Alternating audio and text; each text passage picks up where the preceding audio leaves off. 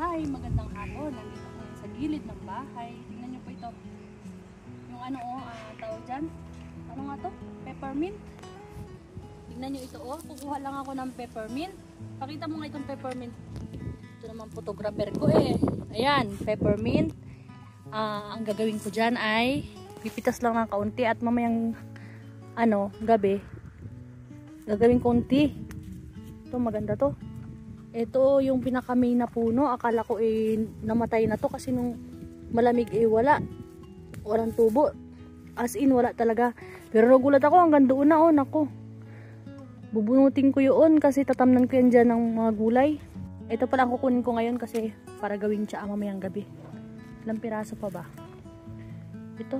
Ay yung malaki-laking dahon ang kukunin ko. Maganda daw to sa pagtulog. Nagkataon na hindi ako masyadong makatulog ng maayos. Ayan, tama na siguro ito. Peppermint, mas maganda to pag merong chamomile tea. Ilalagay ko to dito sa tasa. Lalagyan ng tubig para hindi malanta. Diyan na muna yan. Mamaya babalikan ko yan. Ilagay ko lang dyan. Tapos punta lang ako dito sa mga tanim kong iba. Dahil ngayong gabi ay kukuha din ako ng panglagay dun sa sabaw. Ito. Magsasabaw ako ngayon. Pwede na to Diba? Tingnan nyo naman. Ang lago. Kuha lang po akong gunting. Meron na ditong lagayan. Ito yung kukunin ko ngayon. Para naman ito ay mailagay ko na sa sabaw. Gupitin na lang nga ito. Masarap na to panlagay. Tingnan nyo naman. After mga ilang linggo lang. 3 weeks wala pang 1 month. Pwede nang pakinabangan. Ito yung lagayan. Yan, tingnan nyo. Malaking lagayan. Lagay lang dyan. Lalagay ko ito mamaya sa shabu-shabu. Ito na yung mga naani ko. Diba? Ang saya-saya.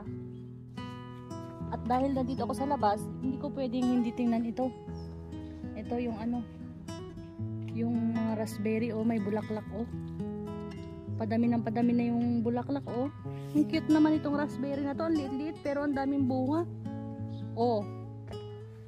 Parang yata. Minarkot yata ito Liit pa Tingnan nyo naman kung gaano lang kalaki.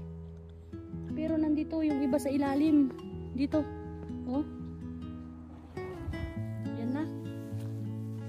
Diba? Sobrang saya. At ito na po pala yung napitas ko. Bayan, saan ba yung camera? Naduduling na naman ako.